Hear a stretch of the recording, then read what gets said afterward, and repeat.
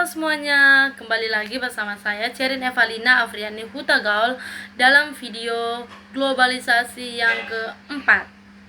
Di sini saya akan menjelaskan tentang liberalisasi pendidikan tinggi. Kalian tahu nggak apa itu? Liberalisasi pendidikan tinggi. Mari kita bahas dalam video ini. Pertama-tama saya ingin memperkenalkan diri dulu ya. Saya Cerin Evalina Afriani Hutagaul dengan NIM A1A325080 Prodi Pendidikan Pancasila dan Kewarganegaraan. Selamat menyaksikan. Liberalisasi pendidikan tinggi adalah proses masuknya sistem pasar dan kerja sama internasional ke dalam dunia pendidikan, sehingga pendidikan tidak lagi hanya menjadi tanggung jawab negara, tetapi juga melibatkan pihak swasta dan global. Hal ini terjadi karena meningkatnya kebutuhan masyarakat terhadap pendidikan, serta berkembangnya globalisasi.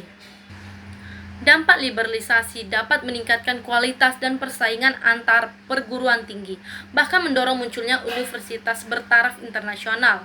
Namun, di sisi lain juga menimbulkan masalah seperti mahalnya biaya pendidikan dan berkurangnya akses bagi masyarakat yang kurang mampu. Karena pendidikan itu cenderung diperlakukan sebagai komoditas. Komoditas berarti pendidikan yang diperjualbelikan sebagai barang atau jasa yang diperjualbelikan untuk mendapatkan keuntungan.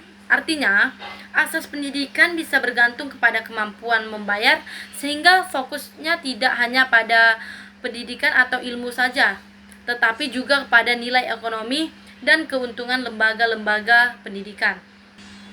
Oleh karena itu, meskipun liberalisasi membawa peluang atau peran pemerintah, tetapi penting juga untuk menjaga agar pendidikan tetap menjadi hak publik yang bisa diakses secara merata oleh semua kalangan, bukan cuma oleh orang-orang yang berkemampuan saja. Liberalisasi pendidikan tinggi ini banyak sekali dikritik karena membuat pendidikan lebih berorientasi pada dasar dan keuntungannya. Itu akibatnya biaya pendidikan cenderung meningkat sehingga tidak semua orang bisa mengaksesnya, terutama bagi masyarakat menengah ke bawah. Selain itu, pendidikan yang seharusnya menjadi hak publik berubah menjadi komoditas, sehingga tujuan utamanya bukan untuk mencerdaskan kehidupan bangsa, tetapi bisa tergeser oleh kepentingan ekonomi. Banyak sekali pihak juga menilai bahwa kualitas pendidikan bisa terpengaruh karena perguruan tinggi yang lebih fokus pada efisiensi dan persaingan daripada pengembangan ilmu serta pengetahuannya. Ancaman terhadap pendidikan publik liberalisasi juga dianggap sebagai ancaman karena dapat mengurangi peran pemerintahan dalam mengatur dan menyediakan pendidikan. Jika sistem pasar lebih dominan, maka pendidikan bisa saja lebih menguntungkan pihak swasta atau negara-negara yang maju.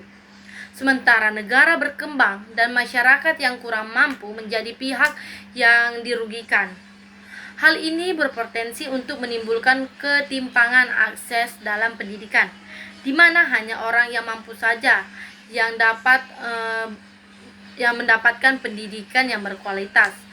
Orang-orang yang tidak mampu atau menengah ke bawah tidak dapat melakukan pendidikan yang berkualitas.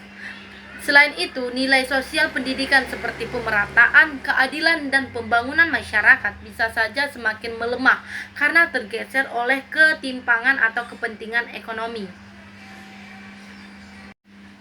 Isu liberalisasi pendidikan tinggi ini menjadi sangat penting karena berdampak luas pada banyak orang lain dan tidak hanya terjadi di satu negara saja, tetapi sudah bersifat global. Liberalisasi pendidikan tinggi melibatkan banyak pihak, seperti pemerintahan, swasta, dan organisasi internasional.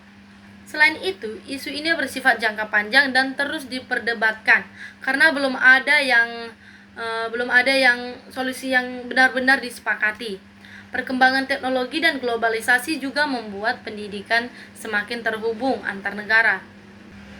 Hanya itu video yang dapat saya jelaskan. Semoga apa yang saya paparkan tadi bisa dapat kita pahami. Sekian, terima kasih.